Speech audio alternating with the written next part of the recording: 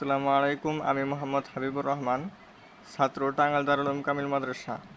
তো আমি আজকে যে বিষয় নিয়ে আলোচনা করব এই ভিডিওতে, সে বিষয়টা হচ্ছে যারা ইন্টারমিডিয়েটে সায়েন্স নিয়ে পড়ার ইচ্ছুক, তোমরা অনেকেই এইচএসসি 27 ব্যাচ পরীক্ষা দিবে। যারা এসএসসি 25 ব্যাচ পরীক্ষার্থী ছিলে, তোমরা এখন রেজাল্ট প্রকাশিত হয়েছে, এখন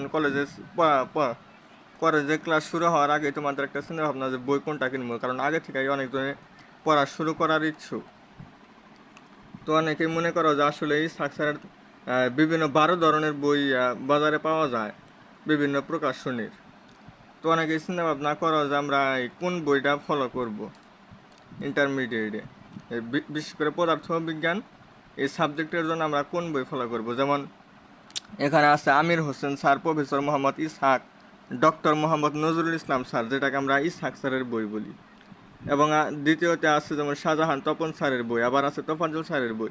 এই বিভিন্ন ধরনের মধ্যে কেউ যদি আসলে খুব ভালো করতে চায়, পদার্থ ভালো জ্ঞান অর্জন করতে চায়, বা আমরা জানি যে এই এমসিকিউ প্রশ্নগুলো যে করা হয় এইচএসসি পরীক্ষায়, এই এইচএসসি পরীক্ষার এই প্রশ্নগুলো কিন্তু বইয়ে এমসিকিউ প্রশ্ন বই রিডিং থেকে করা হয়।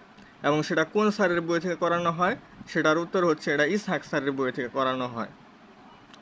এবং আমরা যদি মেডিকেল, বুয়েট বা ডাবি বা রাবি জাবি যত ধরনের ভার্সিটি আছে, এগুলার যদি বলি যে ভর্তি পরীক্ষায় তো এমসিকিউ প্রশ্ন পরীক্ষা হয়, এগুলা কোথায় থেকে প্রশ্ন করে, সব উত্তর হচ্ছে ইসহাক স্যারের বই ফলো করে এই প্রশ্নগুলা করা হয়।